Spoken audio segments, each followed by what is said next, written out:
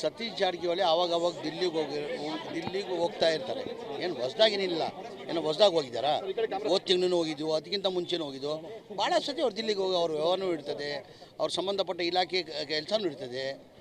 ಹಂಗಾಗಿ ಹೋಗಿರ್ಬೋದು, ಅದಕ್ಕೇನು ಇಟ್ಕೊಡೋದು ಏನು ಬೇಕಾಗಿಲ್ಲ. ಚರ್ಚೆ ಆಗ್ತಿರೋದು ಏನಂತಂದ್ರೆ ದಲಿತ ಸಿಎಂ ಚರ್ಚೆ ಆಗ್ತಿರುವ ಮಧ್ಯದಲ್ಲಿ ಅವರು ದೆಹಲಿಗೆ ಹೋಗಿರುತ್ತಾರೆ. ಏನು ಸರ್ ಅಂತ ವಿಶೇಷ ಏನು ನೋಡ್ರಿ, ಮುಖ್ಯಮಂತ್ರಿ ಕುರ್ಚಿದಲ್ಲಿ ಮಾನ್ಯ ಸಿದ್ದರಾಮಯ್ಯ ಅವರು ಕೂತಿದ್ದಾರೆ.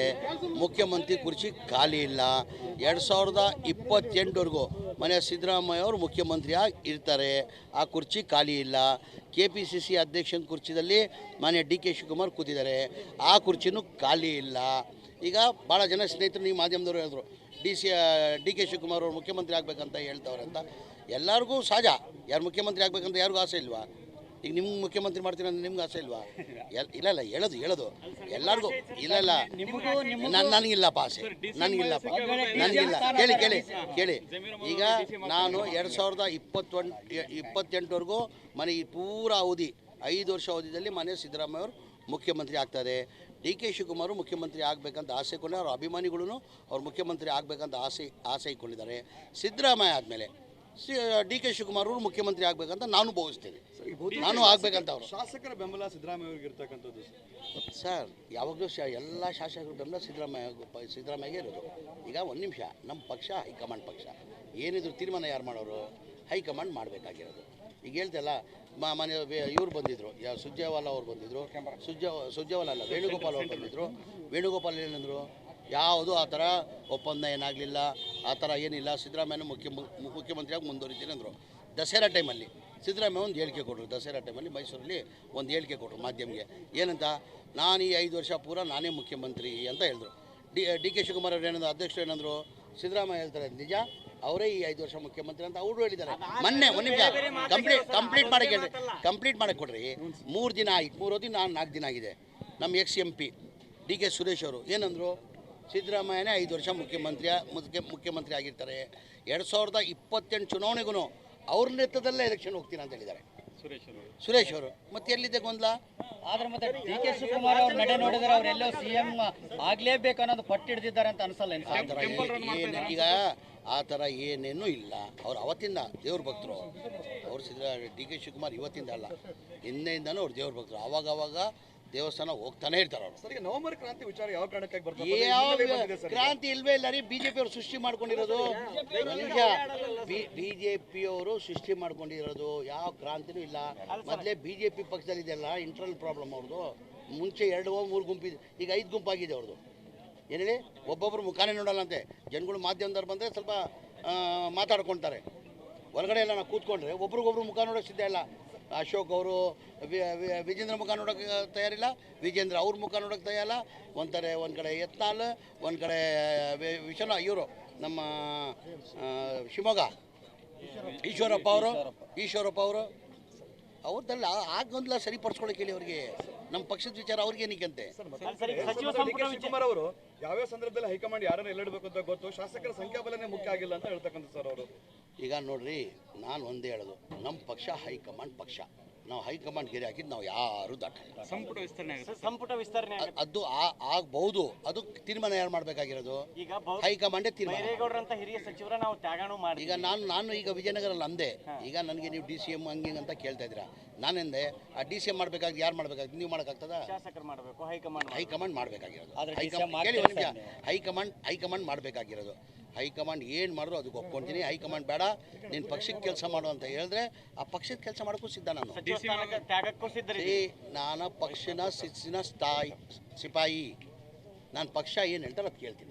2,000 ಗುಂಪು ಮನೆಗಳು ಇಲ್ಲಿ ಕಂಪ್ಲೀಟ್ ಆಗಿ ಸರ್ 10-12 ವರ್ಷ ಇಲ್ಲ ಹೇಳ್ತೀನಿ ನಾನು.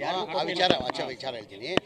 ಅದೇನಾಗಿದೆ, ಸ್ಲಮ್ ಬೋರ್ಡಲ್ಲಿ 1,80,253 ಮನೆಗಳು ಹಿಂದಿನ ಸರ್ಕಾರದಲ್ಲಿ ಸಿದ್ದರಾಮಯ್ಯ ಮುಖ್ಯಮಂತ್ರಿ ಇರುವಾಗ ಸ್ಯಾಂಕ್ಷನ್ ಆಗಿದ್ದು.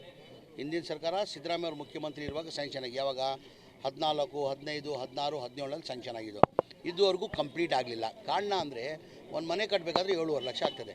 ಕೇಂದ್ರ ಸರ್ಕಾರದಿಂದ 1,500,000 ಕೊಡ್ತಾರೆ, ರಾಜ್ಯ ಸರ್ಕಾರದಿಂದ 1,500,000 ಕೊಡ್ತೀವಿ ನಾವು. 7.5 ಲಕ್ಷದಲ್ಲಿ 3 ಲಕ್ಷ ಹೋದರೆ ಎಷ್ಟು ಉಳಿದು 4 ಲಕ್ಷ. ಬೆನಿಫಿಷರಿ ಎಲ್ಲಿಂದ ಕೊಡೋಕ್ಕೆ ಸಾಧ್ಯ? ಕೆಲವು ಜನ ಟೋಟಲ್ ಬೆನಿಫಿಷರಿ ಅದೇ ಹೇಳ್ತೀನಿ. ಬೆನಿಫಿಷರಿ 7,400 ಕೋಟಿಯಲ್ಲಿ ಬರೀ 310 ಕೋಟಿ ಬಂದಿದೆ. ಯಾರೋ 5,000 ಕೊಟ್ಟವ್ರೆ, ಯಾರೋ 15,000, 10,000ನೋ 15,000, 20,000 ಮೇಲೆ ಯಾರೂ ಕೊಟ್ಟಿಲ್ಲ. ನನ್ನ ಗಮನಕ್ಕೆ ಬಂದಾದಮೇಲೆ ಮನೆ ಮುಖ್ಯಮಂತ್ರಿ ಗಮನಕ್ಕೆ ನಾನು ತಂದೆ. ಸರ್ ಹಿಂದಿನ ಸರ್ ಯಾವುದೂ ಹೆಂಗಪ್ಪ ತರೋದು, ಈ ಗ್ಯಾರಂಟಿಗಳಲ್ಲಿ 55,000 60,000 ಕೋಟಿ ಆಗ್ತದೆ. ಇದ್ರಲ್ಲಿ ತಿರ್ಗಾ ಇದು 7,400 ಕೋಟಿ ಮತ್ತು ರಾಜೀವ್ ಗಾಂಧಿ ಏ ಸ್ಕೀಮ್ ಅಂತ ಆಸ್ತಿಯ ಮನೆಗಳು ಅಂತೀವಿ, ಅದೂ ಸೇಮ್ ಪ್ರಾಬ್ಲಮ್. ಅದೂ 7 ಲಕ್ಷ ಮನೆ ಆಗ್ತದೆ. ಅದೂ ಹಿಂದಿನ ಸರ್ಕಾರದಲ್ಲಿ ಸಿದ್ದರಾಮಯ್ಯ ಇರುವಾಗಲೇ ಸ್ಯಾಂಕ್ಷನ್ ಆಗಿದೆ. ಒಟ್ಟಾಗಿ 2,30,000 ಮನೆಗಳಿಗೆ 9,500 ಕೋಟಿ. ನಾನು ಮಾನ್ಯ ಮುಖ್ಯಮಂತ್ರಿ ಗಮನಕ್ಕೆ ಹೆಂಗಪ್ಪ ತರೋದು? ಏನಕ್ಕಂದರೆ ಈ ಗ್ಯಾರಂಟಿಗಳಿಗೆ 55,000 ಕೋಟಿ ಆಗ್ತದೆ. ಆ ಮಧ್ಯದಲ್ಲಿ ಇದು 9,500 ಕೋಟಿ ಹೆಂಗೆ ಕೊಡೋಕ್ಕೆ ಸಾಧ್ಯ ಅಂತ ನಾನು ಹಂಗೂ ಧೈರ್ಯ ಮಾಡಿ ಮಾನ್ಯ ಮುಖ್ಯಮಂತ್ರಿಗೆ ಗಮನಕ್ಕೆ ತಂದೆ ನಾನು. ಸರ್ ನೀವೇ ಹಿಂದಿನ ಸರ್ಕಾರದಲ್ಲಿ ತಾವೇ ಮುಖ್ಯಮಂತ್ರಿ ಇರುವಾಗ ಈ ಮನೆಗಳು ಸ್ಯಾಂಕ್ಷನ್ ಆಗಿರೋದು. ಅದಾದಮೇಲೆ ಸಮ್ಮಿಶ್ರ ಸರ್ಕಾರ ಬಂತು, BJP ಸರ್ಕಾರ ಬಂತು, ಒಂದು ಮನೆಯೂ ಸ್ಯಾಂಕ್ಷನ್ ಮಾಡಿಲ್ಲ, ಒಂದು ಮನೆಯೂ ಕೊಟ್ಟಿಲ್ಲ. ಬಡವ್ರು ಕೊಡೋಕ್ಕೆ ಸಾಧ್ಯ ಆಗಲ್ಲ ಸರ್ ದುಡ್ಡು. ನಾವು ಸರ್ಕಾರ ವತಿಯಿಂದನೇ ಕಟ್ಟಿ ಕೊಡಬೇಕಾಗ್ತದೆ ಅಂತ ಮನೆ ಮುಖ್ಯಮಂತ್ರಿ ಗಮನಕ್ಕೆ ತಂದೆ. ಅವ್ರು ರಿವ್ಯೂ ಮೀಟಿಂಗ್ ಮಾಡಿಬಿಟ್ಟು 4-5 ರಿವ್ಯೂ ಮೀಟಿಂಗ್ ಮಾಡಿ ನೀನು ಹೇಳ್ತಾರ ಸತ್ಯ ಹಾಕೊಂಡು ಬಡವ್ರು ದುಡ್ಡು ಕೊಡೋಕ್ಕೆ ಸಾಧ್ಯ ಆಗಲ್ಲ, ಜನ ಬೀದಿಯಲ್ಲಿದ್ದಾರೆ, ಅದು ಎಷ್ಟನ್ನ ಕಷ್ಟ ಆಗಲಿ ಎಷ್ಟನ್ನ ತೊಂದರೆ ಆಗಲಿ ಆ 9,500 ಕೋಟಿ ನಾನು ಕೊಡ್ತೀನಿ ಅಂತ ಹೇಳಿ 2026 ಕೊನೆವರೆಗೂ ಈ 2,30,000 ಮನೆಗಳು ಕಂಪ್ಲೀಟ್ ಮಾಡಬೇಕಂತ ನಾವು ಸ್ಟೇಜ್ ವೈಸ್ ಮಾಡ್ಕೊಂಡಿದ್ದೀವಿ. First stage, second stage, third stage ಅಂತ ಮಾಡಿದ್ವಿ. ಫಸ್ಟ್ ಸ್ಟೇಜಲ್ಲಿ ಬೆಂಗಳೂರಲ್ಲಿ 2024 ಕ್ಯಾಬಿನೆಟ್ ತಂದು ಅಪ್ರೂವ್ ಮಾಡಿ 500 ಕೋಟಿ ಬಿಡುಗಡೆ ಮಾಡಿದ ಕಾರಣಕ್ಕೆ 36,789 ಮನೆ ಕೊಟ್ವಿ. ಈಗ ಇದೇ ತಿಂಗಳು 29ನೇ ತಾರೀಕಿಗೆ ನಮ್ಮ ನಾಯಕರಾದಂಥ ರಾಹುಲ್ ಗಾಂಧಿ ಅವರು ಬರ್ತಾವ್ರೆ, ಖರ್ಗೆ ಸಾಹೇಬರು ಬರ್ತಾವ್ರೆ, ವೇಣುಗೋಪಾಲ್ ಬರ್ತಾವ್ರೆ, ಮನೆ ಮುಖ್ಯಮಂತ್ರಿಯವ್ರು ಬರ್ತಾವ್ರೆ, ಉಪಮುಖ್ಯಮಂತ್ರಿಗಳು ಬರ್ತಾರೆ. ಹುಬ್ಬಳ್ಳಿಯಲ್ಲಿ ದೊಡ್ಡ ಮಟ್ಟದಲ್ಲಿ ಕಾರ್ಯಕ್ರಮ ಮಾಡ್ತಾಯಿದ್ದೀನಿ. ಇದೇ ತಿಂಗಳು 22ನೇ ತಾರೀಕಿಗೆ 42,345 ಮನೆಗಳು ಕೊಡ್ತಾಯಿದ್ದೀವಿ. ಏನಕ್ಕೆ BJP ಅವ್ರು ಕೊಟ್ಟಿಲ್ಲ? ನಾವೇನು ಚುನಾವಣೆ ಟೈಮಲ್ಲಿ ಘೋಷಣೆ ಮಾಡಿರಲಿಲ್ಲ. ಈ 5 ಗ್ಯಾರಂಟಿನ ಘೋಷಣೆ ಮಾಡಿದ್ದೀವಿ. ಬಡವರಿಗೆ ಫ್ರೀ ಮನೆ ಕೊಡ್ತೀವಿ ಅಂತ ನಾವು ಘೋಷಣೆ ಮಾಡಿಲ್ಲ. ಅಂದರೆ ಇಲ್ಲಿ ಅರ್ಥ ಮಾಡ್ಕೊಳ್ಬೇಕಾಗ್ತದೆ ನೀವು, ಇದು ಬಡವ್ರ ಬಗ್ಗೆ ಕಾಳಜಿ ಇರೋ ಪಕ್ಷ ಕಾಂಗ್ರೆಸ್ ಪಕ್ಷ, ಆಮೇಲೆ ಸರ್ಕಾರ. ಎಲ್ಲ ಕಡೆ ಕೊಪ್ಪಲ್ಲ. ನನ್ನ ಅನಿಸಿಕೆ ಅದು ಸೆಕೆಂಡ್ ಸ್ಟೇಜಲ್ಲಿ ಸ್ವಲ್ಪ ಮನೆಗಳು ಅವೆ.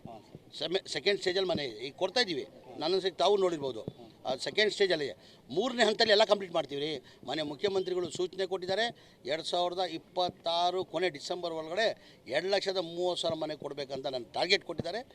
ಎಲ್ಲ ಬರೋ ವರ್ಷದಲ್ಲಿ ಎಲ್ಲರಿಗೂ 2,30,000 ಇಡೀ ರಾಜ್ಯದಲ್ಲಿ ಎಲ್ಲರಿಗೂ ಕೊಡ್ತಾರೆ. ಮೊನ್ನೆ ಇಲ್ಲೊಂದು ಕಾರ್ಯಕ್ರಮ ನಡೀತು, ಅದರಲ್ಲಿ ಸ್ವಲ್ಪ ಭಿನ್ನಾಭಿಪ್ರಾಯಗಳು ವ್ಯಕ್ತ ಆಯಿತು. ಅಮ್ಜದ್ ಪಟೇಲ್ ಅವರು ಫೋಟೋ ಹಾಕಿರಲಿಲ್ಲ. ಯಾರು? ನಿಮ್ಮ ಸಮಾಜದೊಂದು ಕಾರ್ಯಕ್ರಮ ಆಯಿತು. ಅದಕ್ಕೆ ಸಣ್ಣ ಪಟ್ಟದಿಗೆ ರೀ ಫೋಟೋಯಿಂದ ಏನು ರೀ ಆಗ್ತದೆ? ಮನಸ್ಸು ಹೃದಯ ಇರಬೇಕು ನೋಡಿ. ಈ ಪ್ರೀತಿ ನಾನು ಸಂಪಾದನೆ ಮಾಡಿ ಹಿಂದಿ ಇದೆ ನೋಡಿ. ಇದು ಇಲ್ಲ ಹೇಳಿ ಒಗಟ್ಟಂತ ಇಲ್ಲ. ಫೋಟೋ ಇದು ಕೇಳಿದಕ್ಕೆ ಮಾತು ಹೇಳಿದೆ. ಈಗ ಫೋಟೋ ಒಂದು ನಿಮಿಷ ಗುರುಗಳೇ ನಾನು ಹೇಳೋದು, ನಾನು ಫೋಟೋ ಇಲ್ಲ ಇಲ್ಲಿ ನಿಂತ್ಕೊಂಡ್ರೆ ಸ್ವಲ್ಪ ಈಗ ನನ್ನ ಜನಗಳಿಗೆ ಪ್ರಚಾರ ಆದರೆ ನಾನು ಇಲ್ಲಿ ಬಂದೀನಿ, ಇಲ್ಲಿ ಇದ್ದೀನಿ ಅಂದರೆ 1 ಅವರಲ್ಲಿ 10,000 ಜನ ಬರ್ತಾರೆ.